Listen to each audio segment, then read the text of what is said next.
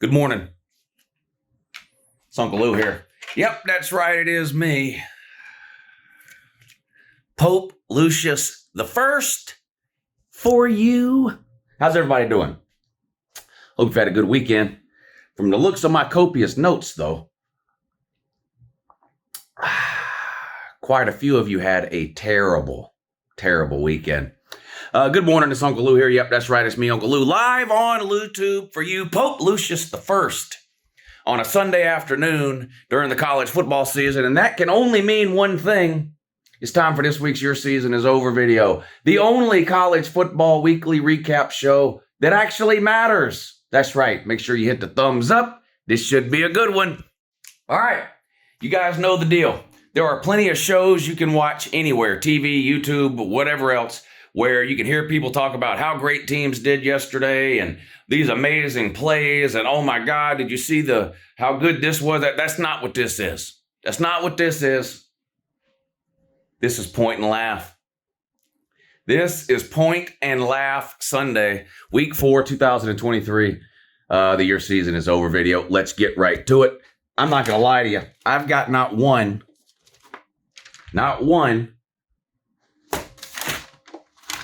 but 2 pages of copious notes for you. Yep, I sure do. Where do we want to start today? Well, let's just start right here with the world's largest organized pedophile ring.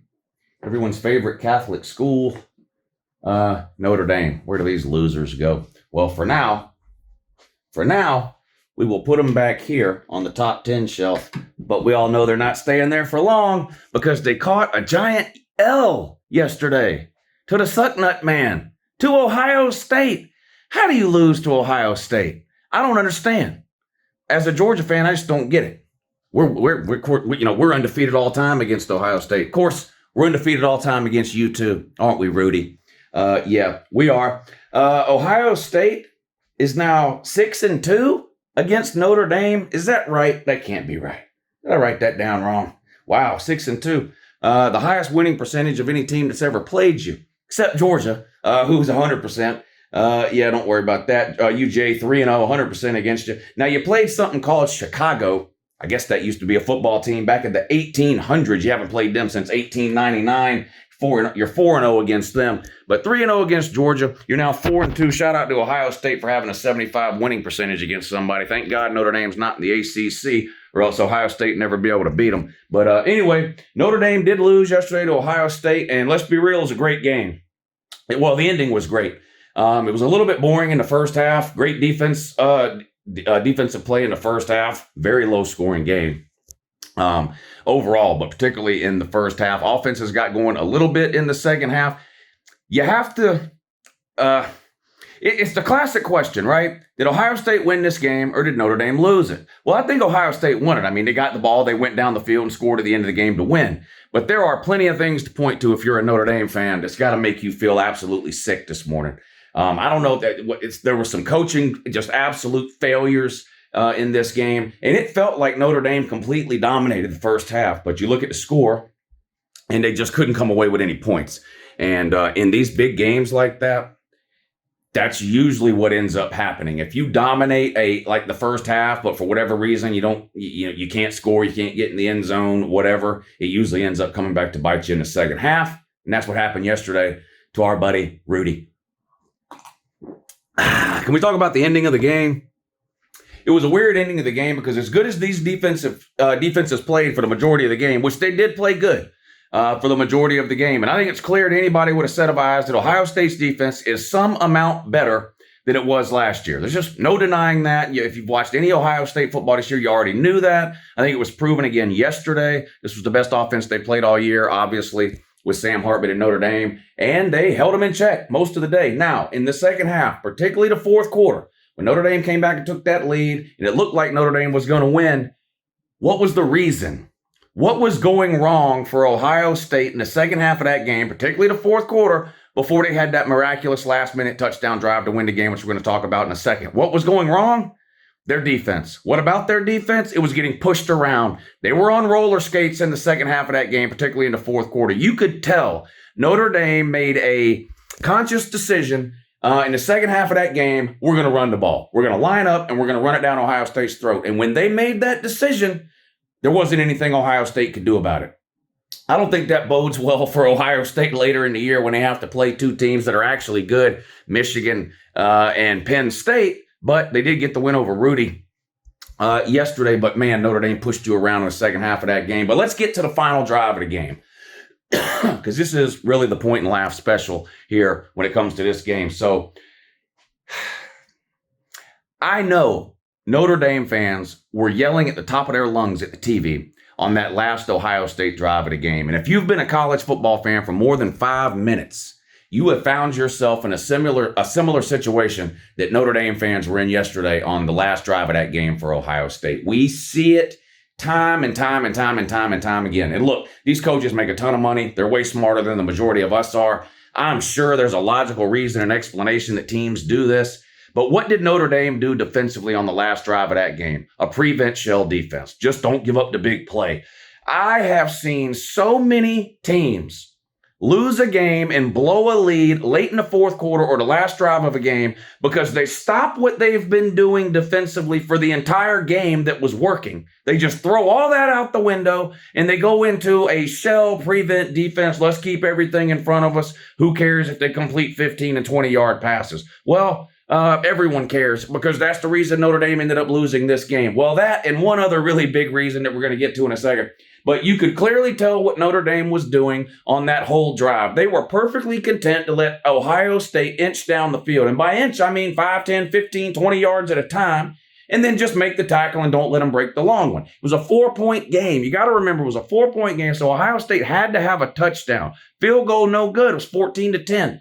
So I get it. You don't want to give up an 80-yard touchdown. But my God, you cannot let a team like Ohio State with all those wide receivers just run free 10, 15, 20 yards down the field with a minute to go. You cannot do that. I don't give a shit about Notre Dame or Ohio State. And I was yelling at the top of my lungs, what are you doing? And again, this isn't specific to Notre Dame because we've seen, like I said, we've seen this dozens and hundreds of times if you've watched football. These defenses go into this silly-ass prevent defense at the end of the game and let a team just go right down the field. Notre Dame or Ohio State gets the penalty or whatever it was, backs them up. They completed a couple of third downs on that drive. They completed a key 4th and 6, I think it was, where they gained like 6.5 yards.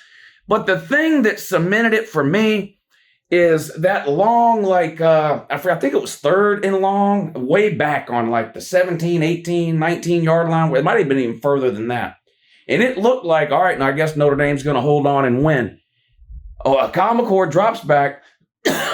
He throws a pass down to the 1-yard line, and there are 3 Notre Dame defenders around the guy that ended up catching the ball. Where were all 3 of those Notre Dame defenders? Standing on the goal line. Standing on the goal line. Not a single one of them really actually covering the receiver. It's like Notre Dame just lined up all their DBs on the goal line and said, well, who cares if they get to the 1-yard line? Well, they get up there with 5 seconds left. They spike the ball. That gives them one more play. They score, and the game's over. And was that the easiest touchdown in the history of college football that they scored on the last play of that game? Yeah. Why? Notre Dame played half of that last little series down in the red zone, not the entire drive, but that last little bit where Notre Dame was down in the red zone. They played defense with 10 fucking players. They only had 10 people on the field. Look, it would be hard to cover Ohio State's wide receivers if you had 15 players on the field. You idiots are out there playing with 10 fucking players. On the last play of the game, there's no defensive end. You count them up. Go look at it. Everybody and their brother is talking about it, from Twitter idiots to college football final to everything on TV, everything, you name it. They're all freeze framing it and counting. There's no right defensive end on the field for Notre Dame, and Ohio State runs it right in and fucking scores. Oh my God. Notre Dame. What in the actual fuck? The Freeman factor. God almighty, does this guy know what he's doing? Wow, Rudy. Wow. You blew it again. You blew it again. The only silver lining for Notre Dame in this game is that they blew a huge game that they probably should have won or had a chance to win.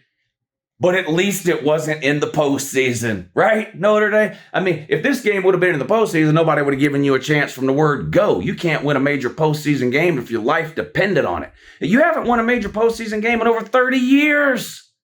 You're like 0-9 or something now. But so at least this was a regular season game where you pushed a paper plate out onto the 50-yard line and took a giant squadouche on it. For Ohio State's last drive. Congratulations. Congratulations. Wow. Wow. You still got to play Southern Cal. You still got to play Clemson. Who do you play next week? On the road at Duke. On the road at Duke. College game day is going to be there again. God, college game day's favorite hobby is showing up and watching Notre Dame lose. Duke's going to beat the bejesus out of you. Facts. Facts. I don't need to wait till next week. You don't need to wait either to wait on me to make a prediction video next week. Duke's going to beat you worse than Ohio State did. Oh, my God. Jesus. You lost at home in front of Touchdown Jesus and everybody else. It's official now. He was teetering on the edge already, but Touchdown Jesus is converting to Islam, period. He shouldn't be subjected to this. Y'all are terrible. Y'all are terrible. I don't know what to do. Find you a time machine, a turn back the clock deal, whatever you need to do. But unless we bring back black and white TVs and segregation in the South, Notre Dame's never winning anything again in terms of national titles or whatever. The heyday is over. It's been over. This is just another nail in the coffin. You guys are horrendous. Absolutely embarrassing. Speaking of embarrassing, the green uniforms, don't ever do that again. Y'all look like 11 cans of baby food running around out there with a gold screw on top. I like when Notre Dame adds a little bit of green to the uniform, but the all green jerseys and the all green pants, not a good look at all. Worst uniforms in all the college football that I saw yesterday belong to Rudy and Notre Dame. Don't ever wear those things again. Is that understood? You look like 11 cans of baby food with a gold screw on top. Fuck is wrong with you? Ryan Day, post-game on-field interview. Yelling about something Lou Holtz said. Listen to me, Ryan Day. Lou Holtz doesn't even know where the fuck he is, man. What are you doing yelling about Lou Holtz after you just won one of the biggest wins? That's one of the biggest wins of your career right there. You can't beat Michigan. This is one of the biggest games of your career. They run up to you after the game, stick a microphone in your face, and you start yelling and crying about Lou fucking Holtz?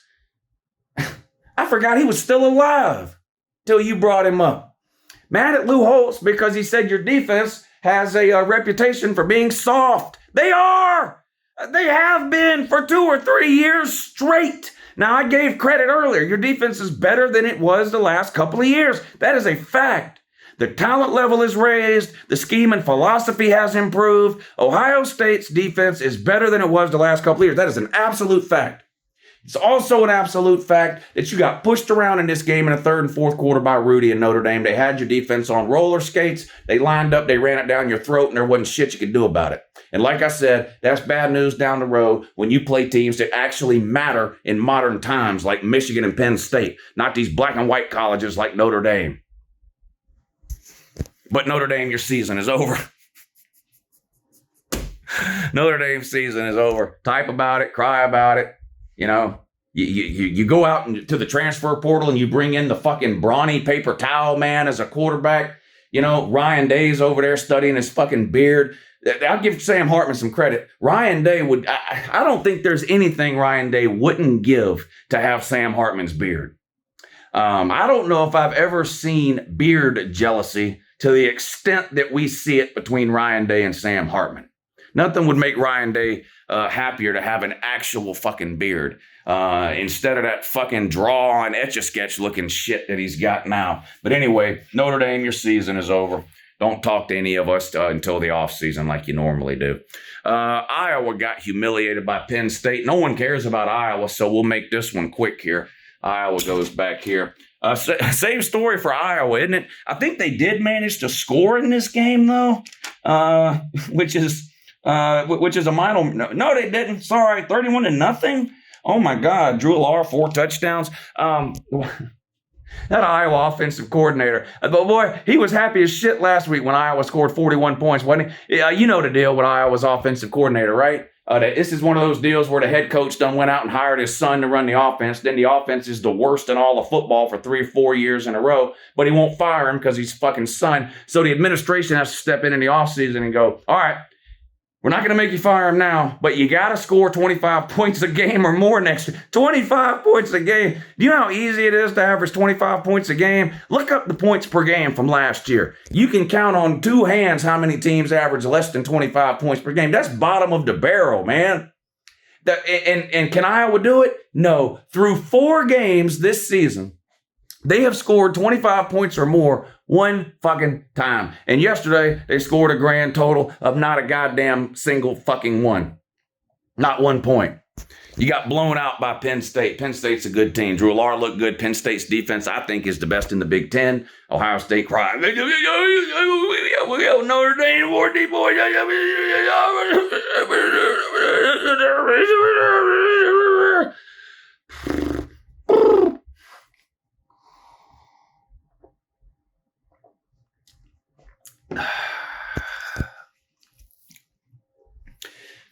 Shout out to Penn State. Iowa, your season is over.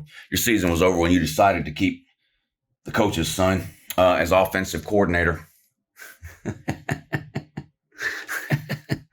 Arizona State season never started. I only have them on here because I want to talk about Southern Cal for a minute. Arizona State got beat yesterday by Southern Cal, but it was actually a good game. I don't know how many people stayed up and watched it. This one came on at 10:30, so, kind of after the Notre Dame, Ohio State crazy ending and some of the other primetime games ended. That game was on. And look, Arizona State hung in this game with Southern Cal. And this was a game, a close, a 1-score game into the second half. Southern Cal ended up winning by a couple of scores at the end, 28-42. So they won by 2 touchdowns in the end. Arizona State just couldn't keep up with Southern Cal. But, it's hard to figure out exactly what's going on with Southern Cal. All questions obviously start with their defense. And kind of like Ohio State, do I think Southern Cal's defense is any better this year than it was last year? Yeah, I do.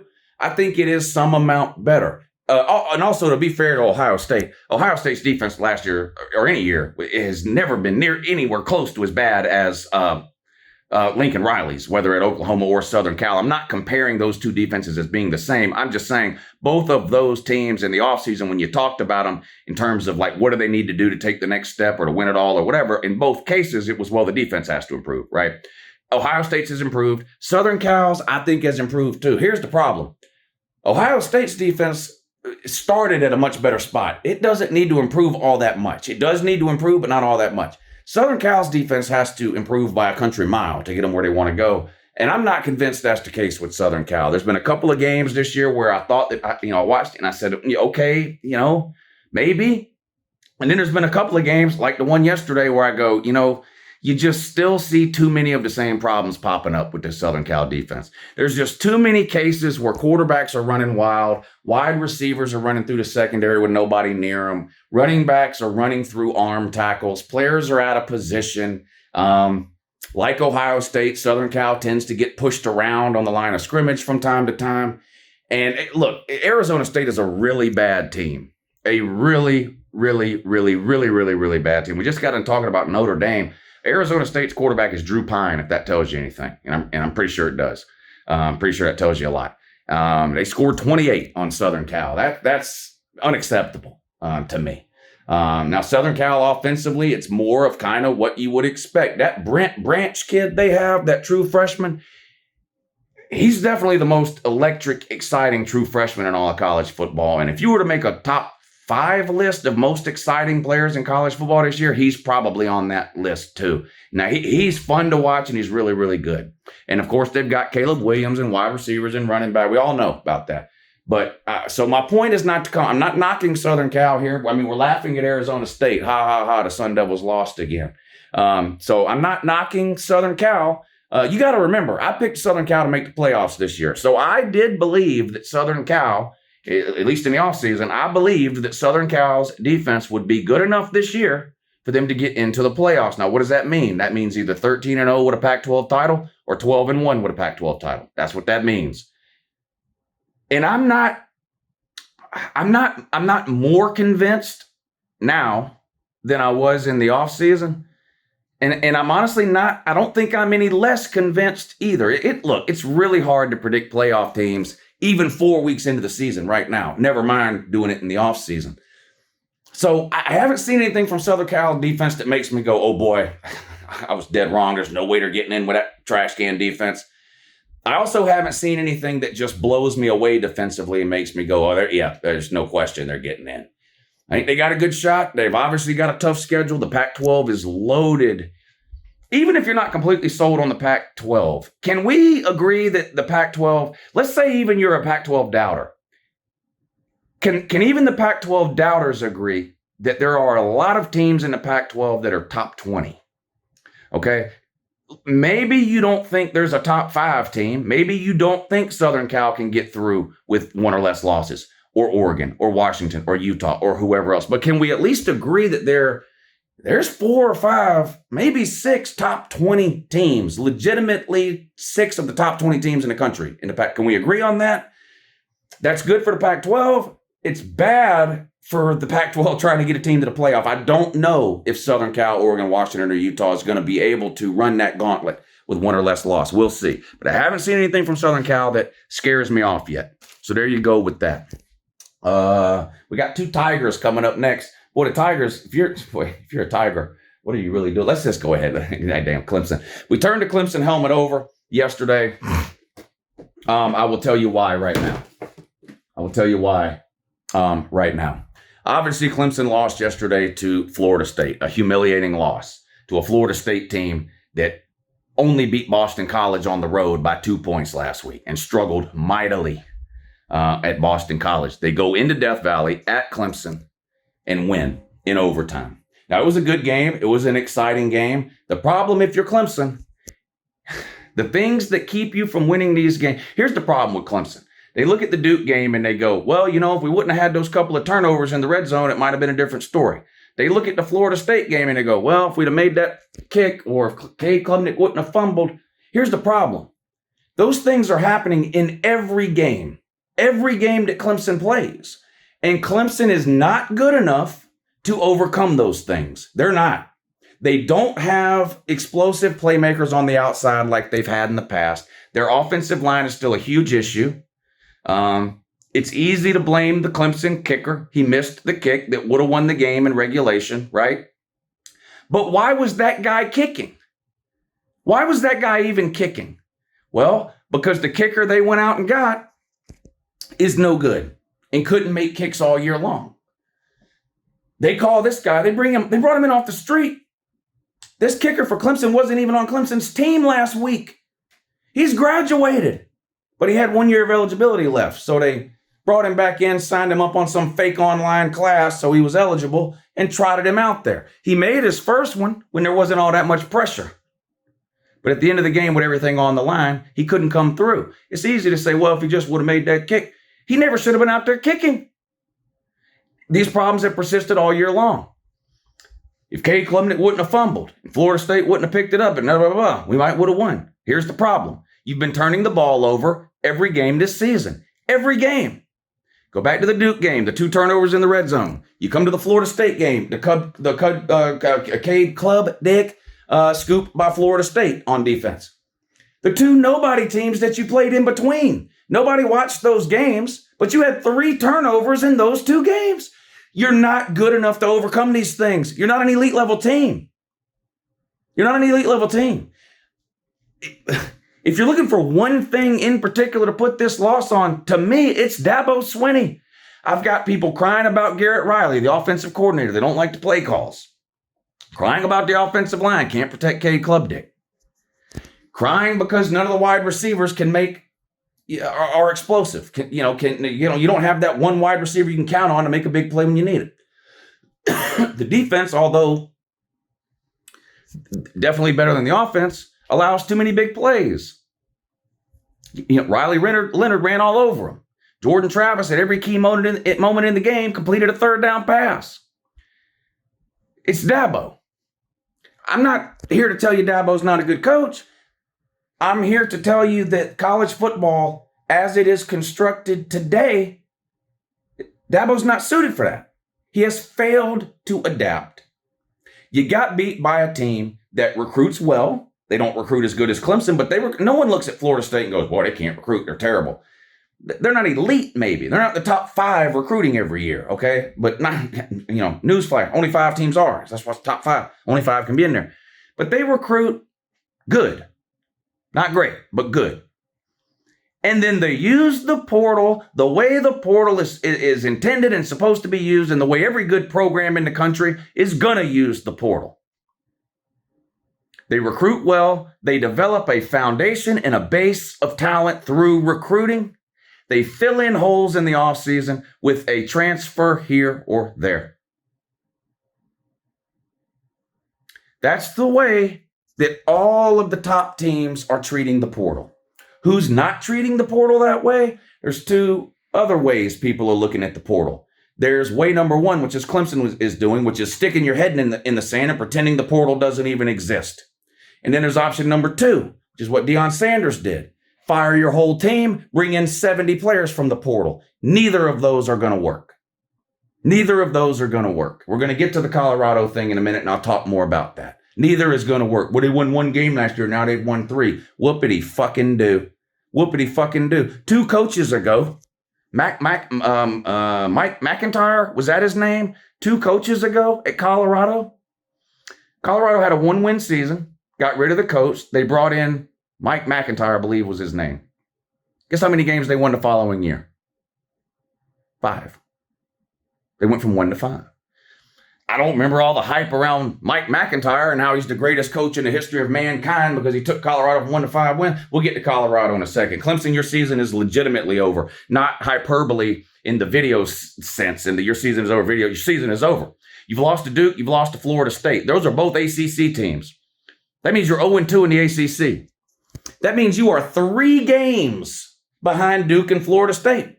Duke and Florida State would have to lose 3 conference games for Clemson to move ahead of either one of them in the ACC rankings. So your season is over. Forget winning the ACC championship game. You're not making the ACC championship game. You're going to lose at least 3 games in the regular season, just like Uncle Lou told you were. I picked Clemson to go 9-3. People acted like I'd lost my mind. You're losing at least 3 games. You've lost 2. The calendar hasn't even turned to October. We're still in September. We still have another game to play in September, don't we? Hold on. Don't tell me. Yes. We still have another game. You might lose 3 games in September. But yes, you're losing at least 3 games this year. You're not making the ACC title, never mind winning it. And you're on your way to whatever Pop-Tart bowl around Christmas time that you have become accustomed to playing in lately, honestly. But look at it this way. Instead of getting blown out by some SEC team in a bowl that matters like you did last year, you'll get to fly under the radar, play in a Christmas bowl that nobody will watch against some podunk Big 12 team, and you might actually beat them. Congratulations, Taters. Your season is over. Your season is over. We'll move right on to the other Tiger, Auburn. You're going to get the royal treatment next week, Auburn. So we'll give you the short version today. That's right. It goes from bad to worse for Auburn. Not only did they get humiliated on the road this week by a Texas A&M team that did 5 different quarterbacks play in this game? Something like 4 or 5 different quarterbacks played in this game for these 2 teams. 2 bad offenses. Texas A&M's offense is better than last year, but it's nowhere near elite. Connor Wegman gets hurt. Max Johnson comes in. Auburn, of course, with the QB hokey pokey like they're always doing. Peyton Thorne is terrible. Everyone told you that when you brought him in. Robbie Ashford is terrible. We've seen him play now for 2 years, doesn't know what he's doing. Anyway, y'all are just horrendous. But you go on the road, you get beat by Texas A&M, and that's actually the good news because next week you got to play Georgia, and they're liable to come in there and beat the ever-loving will to live out of you. I don't know how you're going to score on them. I don't. Georgia's defense, I don't think is quite as good this year as it was each of the last 2 years, but it's still going to be the best defense you've played this season. And after watching Auburn a couple of times, the Cal game where you managed somehow by some miracle to beat them 14-10, Cal, you beat Cal 14-10. You came out yesterday, laid a giant egg against Texas A&M. They did whatever they wanted to against you with two different quarterbacks. What was the final score of this disaster? 27-10. Whoopity-doo. You were sacked 7 times. Now, lucky for you, Georgia's not in the sack business this season. They ain't got no interest in it. They might sack you once or twice, but that's it. So your quarterbacks don't have to worry about that. Now, they will run for their life. We will chase them around. We're just not going to sack them. Don't worry. That's just not what we do. 5 quarterbacks played in this game. Wegman injured. Max Johnson came in for A&M. I thought Max Johnson played well off the bench, actually, for Texas A&M. It makes you wonder, are they going to stick with him, depending on what's going on with Wegman? We'll see. Auburn, 0 pass plays over 15 yards. I don't know why I needed to look that stat up. I mean, I know who your quarterbacks are. Peyton Thorne and something called Robbie Ashford. It's a miracle if you complete any pass at all. Auburn's absolutely horrific. Shout out to Hugh Freeze. Hugh Freeze is a decent football coach, and he will improve Auburn over what they were under Brian Harsin. He will not get Auburn to where they want to go. Period. That's the end of the story. I don't care if he sticks around 1 more year or 10 more years. Hugh Freeze is not a coach that's ever going to win the SEC. That's just a fact. I don't think anybody doubts that. There's a large gap between being as bad as Brian Harsin and being good enough to win the SEC, and you're somewhere in that gap there, Hugh Freeze. You're not winning the SEC. You're terrible. Well, he needs some recruiting classes and some more transfer. No, what he needs is to not have to play Georgia every year and Bama and 6 or 7 other SEC teams that are likely to humiliate him on a regular basis. Fuck the barn. You lost. Your season is over. And next week, your entire program might come to an end. UCLA and Utah, kind of a theme yesterday. This was a good game, but not a very entertaining or exciting game. I mean, hell, the final score was 14-7, and one of those touchdowns was scored in the first minute of the game. UCLA threw a pick 6 literally on their first possession of the game, less than a minute into the game. Utah picks it off, runs it in for a touchdown, takes a 7-0 lead. Utah hangs on to win 14-7. I did pick UCLA to upset Utah in this game, so if you want to troll me for picking a game wrong, you can. There seems to be a lot of this going on lately. I think I know what it is. Literally, now I'm picking 20 or 30 games a week. It's no surprise to me that I get some wrong. I don't know why. It shouldn't really be a surprise to anybody. You know how hard it is to pick these games? Plus, I'm picking them against the spread, which makes it even harder. And you got to pick a couple upsets every week, or else predictions are just boring. If you're just going to pick the favorite to win every single game, you don't need to do prediction videos. You can just make one video 5 seconds long going, I'm picking every favorite to win, have a great day, and log the fuck off. But what it is people now have resorted to trolling me on games I pick wrong because Georgia's never going to lose. They've been sitting around for, years waiting on Georgia to lose, waiting on their team to beat Georgia so they can troll me about something that matters, right? Someone's favorite team losing. That's what matters. Do you honestly think I had a hard time going to sleep last night because UCLA lost to Utah? The fuck is wrong with y'all? Y'all are weird. The Florida fans were really bad about it last week, too. I must have had 1,000 comments from Florida fans pointing out the fact that I picked them to lose to Tennessee.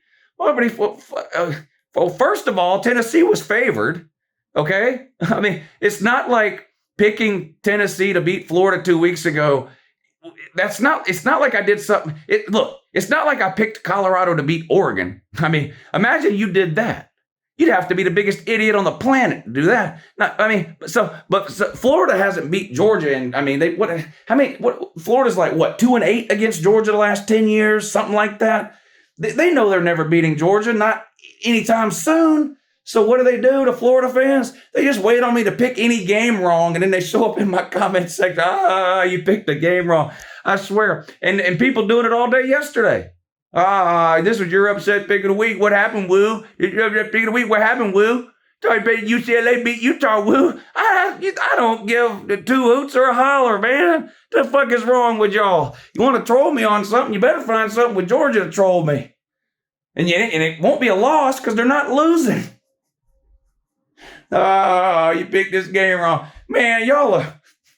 God, I'm not going to lie. The overall troll level right now on YouTube comment sections compared to when I first started YouTube has taken a drastic nosedive. It really has. I find myself disappointed in the trolls more often than not. We used to have creative trolls, funny trolls that would make like funny fake accounts with funny names. Now, like someone's idea of trolling now is like making a YouTube account that has my son's real name on it and then typing "I'm gay" a bunch of times in the comment section. Like that's like that's what passes for trolling these days. Or telling me that I picked the game wrong.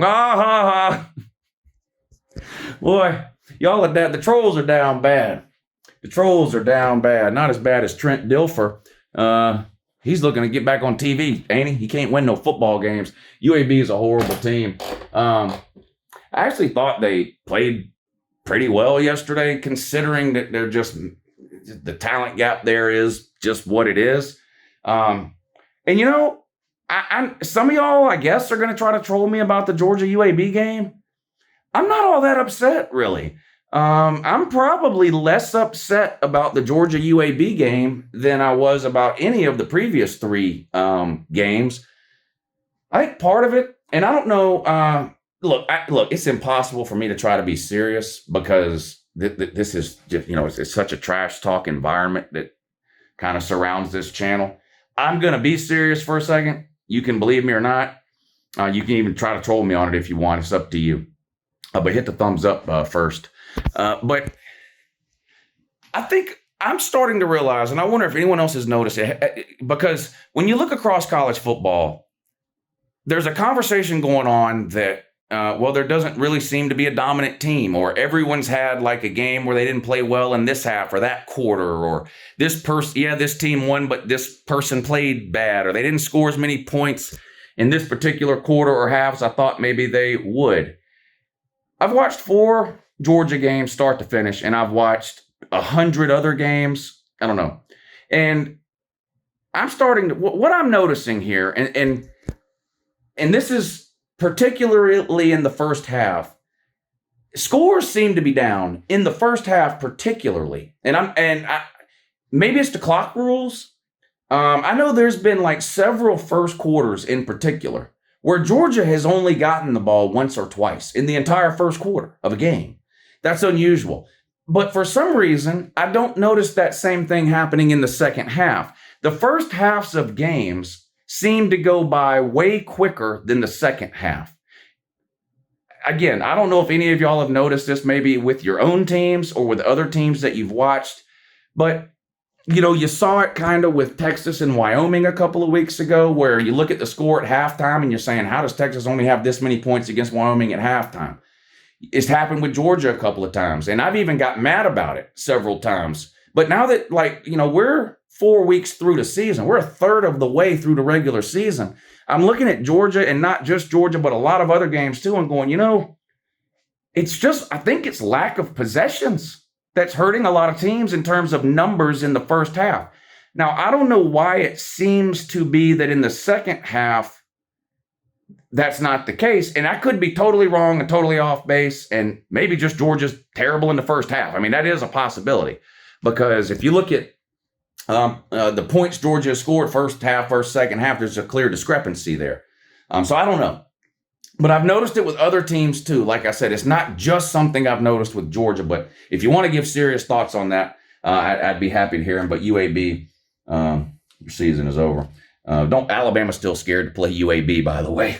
Alabama won't schedule UAB because of a 50-year-old grudge between the Bryant family and some bigwig at UAB 50 years ago. They got in some petty argument over something. And so the Bryants told Bama, that's it. Don't ever schedule UAB. Now here we are 50 years later, and they're still taking orders from a dead man, Bear Bryant. What a shame that is. What a shame that is. Ole Miss. Not a surprise. I picked Bama here. Can't troll me on this one for picking a game wrong. I picked Bama to win. I picked Bama to cover. They were a 6-7 point favorite, depending on where you looked and when you looked. Some people thought it was a strange line. I told you the same thing all week. I'm not even going to bother breaking down X's and O's or stat categories or anything when it comes to this game. For me, this Alabama-Ole Miss game came down to two things. It was played in Bryant-Denny Stadium, and even though I do not trust Alabama and Nick Saban and that coaching staff and those players this season nearly as much as I have trusted them in past seasons, I trust them more than I trust Lane Kiffin. I just do not trust Lane Kiffin to win a big game. I don't think he's a serious person.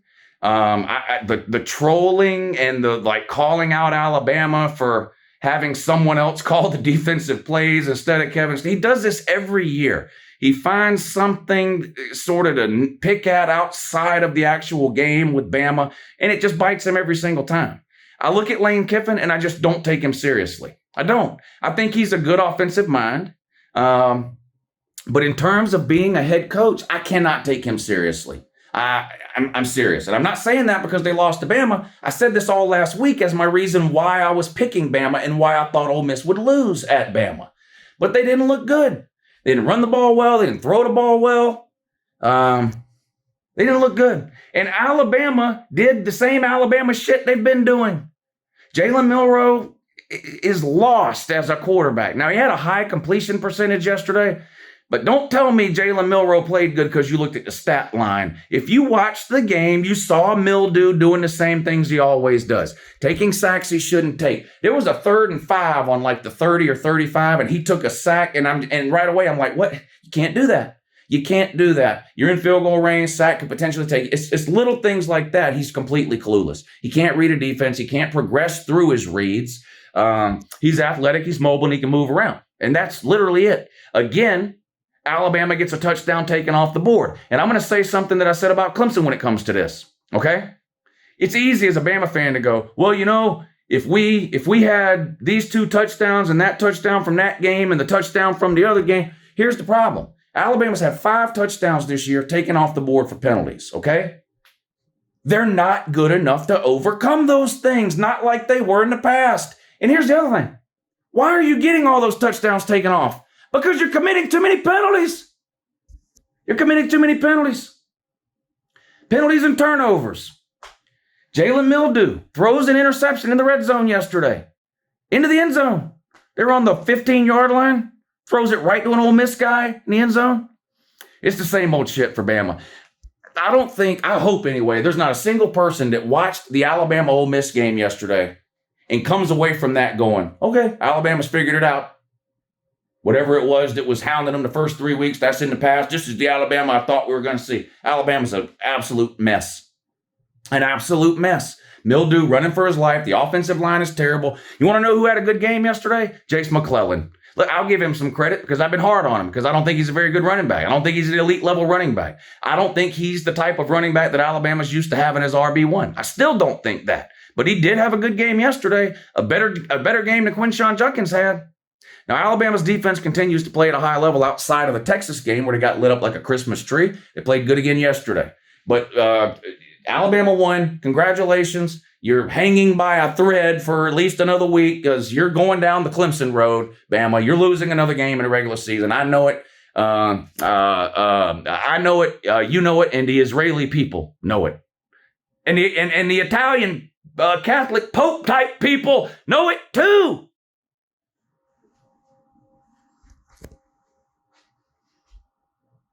I need a Pope mobile. Ole Miss season over. Oh boy. A lot of people waiting on this one yesterday. People couldn't wait to see Colorado lose. I'll get to the game in a second, but let's start out here. To the people that are going, man, these haters, they're waiting on Colorado to lose. Yes. Facts. Right here. Hi, me. When you dedicate your entire day, life, profession, your whole entire goal is to attract attention. And you attract that attention. When you're winning, great. But when you lose, you're going to attract that same amount of attention. People, I'm not even going to get into the obvious underlying issue with what's going on. I'm not even going to get into that. So if you're waiting on that, that's not going to happen. But there are plenty of examples of coaches in the past who have been brash, arrogant, whatever. And the general college football fan has looked at those coaches the same way they look at Deion Sanders. Just shut up and go win. I mean, we don't need all the, everything's got to be personal. And Deion's getting some praise for his post-game press conference yesterday. I didn't take it that way. Yeah, he came out and said we got our butt whooped. They whatever. Okay. He said there's no talent gap between Oregon and Colorado. One of two things is true. Deion is telling you a bold-faced lie to your face, and he knows it, or he's completely ignorant. Completely ignorant to the world of college football. There is a huge talent gap. Now, Colorado won their first 3 games. One of those wins was against a team, in my opinion, that is slightly more talented, or slightly more talented overall than Colorado is. You overcome that by elite play at certain positions, mainly quarterback. Colorado's got an elite level quarterback. They've got at least 2 elite level wide receivers. And I like Dylan Edwards as a third down back out of the backfield. The running game is horrendous. And they've got some good DBs, honestly, not just Travis Hunter. They've got some good DBs. Their offensive line is the worst in the Power 5. Their defensive line is the worst in the Power 5. Their linebackers are way below average.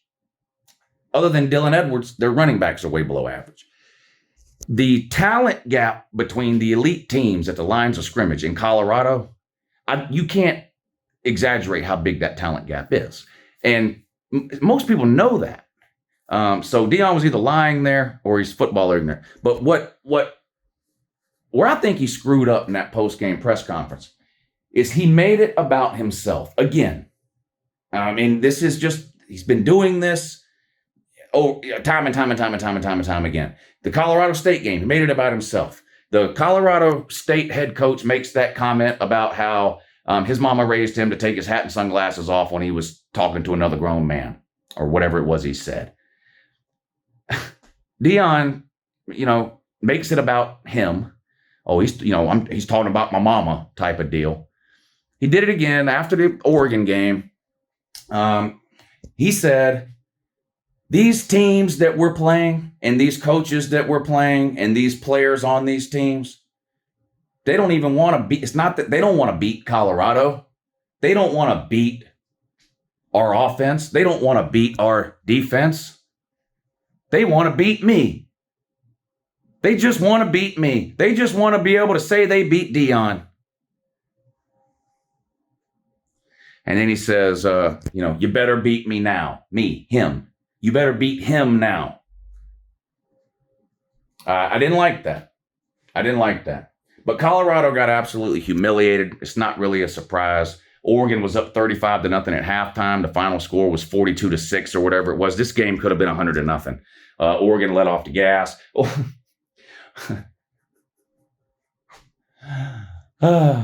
Oregon had so little respect for Colorado's ability to compete with them that early in this game, they were either up 7-0 or 14-0. I don't remember. It was in the first quarter. They were either up 7. Oregon scored on their first possession. Colorado went 3 and out. Oregon scored on their second possession. Colorado went 3 and out. It was a mismatch of biblical proportions, but it was either Oregon's second or third possession. They were either up 7-0 or 14-0. They had a fourth down on their own 17-yard line in the first quarter of their game. They're already up a couple of scores. They had a fourth down on their own 17. The punter is like standing on his own 2-yard line to take the punt. Fake punt. A fake punt from their own 17-yard line. And of course they got it and went down and scored. But here's the thing. They weren't worried. Even if they didn't get it, they weren't worried at all. They weren't worried at all. They were thinking it's unlikely Colorado can score anyway. Even if we give them the ball on the 15, it's unlikely they're going to score. Even if they do score, we're going to get the ball back and go right back down and score again, and then hold them 3 and out again, and then score again, and then hold them 3 and out again, and then score again, which is what they did for the entire first half. Oregon had more points in the first half, 35, than Colorado had total yards. So, yeah. To the Deion Sanders fans, and again, there are no Colorado fans. There's a handful. I'm not talking to the Colorado fans. I'm talking to the Deion fans. I've seen Deion fans who I know for a fact are Georgia fans, and they're all over everywhere. Colorado's my second favorite team. Why? Who the fuck has a second favorite team? What the fuck? Anyway, to the Deion fans, who, oh, look at all the haters coming out of the woodwork. They're just hating. They're jealous. Not jealous. Hating. Yeah. Hating. Yes. Hating. I couldn't wait for Colorado to lose. I couldn't wait. I couldn't wait. I grew up idolizing Deion Sanders. He's one of the best athletes I've ever seen. Him, Michael Jordan, Tiger Woods. There's a handful of others I could name, but I'm 45 years old. I came up in the 80s and 90s. Deion was playing football and baseball in the same week. He played in the Super Bowl and the World Series in the same year. It was just unbelievable. I loved Deion Sanders, and I still love Deion Sanders, the player. I've had my fill of Deion Sanders to coach. I've had my fill. It's got nothing to do with him running off those players from Colorado State or bringing in players from the transfer portal. None of that bothered me. If these coaches don't win, they get fired, period. So if you don't think your players are good enough, ship them out and bring new ones in. I'm all for that. I don't like the me part of the Deion fiasco and circus that's going on at Colorado. I don't like it at all. I don't like how he has to find every single week a reason to make the game about him specifically. Something personal towards me. He said something about my mama. Dan Lanning said that we only play for clicks. They play for wins. That's how it looks, Deion. That is how it looks from the outside in. Okay? You don't have to change. You can continue to do it that way. Okay? You can continue to do it that way. Whether you continue to do it that way or whether you stop doing it, none of that is going to determine whether you're still the head coach at Colorado in 5 years or not. The only thing that's going to determine whether or not you're still the head coach at Colorado in 5 years or not is how many games you win. That's it. You win 3 or 4 games a year, you're going to be gone. You win 8, 9, 10 games a time or two, somebody else is going to hire you. That's that simple. You're going to keep, the way you act, the me, the selling shades on college game day and making everything personal. And oh my God, I can't believe Dan Lanning said that we're playing for clicks. You're playing for clicks. You got camera crews following you around nonstop, 24/7 in everybody's face all the time, good or bad. The interviews, the press conferences, all that kind of stuff. You are free to do that. And none of that is going to affect, like I said, whether or not you're the coach at Colorado in 5 years or not. It's going to have nothing to do with it. Wins and losses are going to determine whether or not you're the head coach at Colorado in 5 years. Like I said, you win 2, 3 games a year, you're going to be fired. You win 8, 9, 10 games a couple of times, you're going to get hired to a better program. It's that simple. It's that simple. But the the sort of brashness, the arrogance, that is going to make a lot of people root against you. And that's fine, because you then can turn it around and say, oh, it's the Deion versus the world. It's Colorado. You are the head coach at Colorado. Colorado played Oregon. Colorado beat TCU. Colorado beat Colorado State. Colorado was around long before Coach Prime rode in on a show pony. And Colorado will be around long after Coach Prime gets shot out of a cannon like a midget at a big top 3-ring circus. Colorado, your season is over. You got humiliated by Oregon. Southern Cal is probably going to drop 50 on you next week. And then you're going to lose the majority of your games from here on out. Well, if we would have had Travis Hunter and also we had this player in that, this is what people were telling you in the offseason that actually know college football. Yes, you've got a handful of elite level players, Shedeur Sanders, those wide receivers, Travis Hunter, Dylan Edwards. Yes, you've got that. You've got that. Behind them are half-empty cans of corn. And every single football team on the planet, just 4 weeks into the season, is dealing with numerous injuries. Every team in the country is playing second and third string players, and it's only 4 weeks in. What do you think is going to be the case 7 or 8 weeks in? You don't have the players. Colorado doesn't have the players.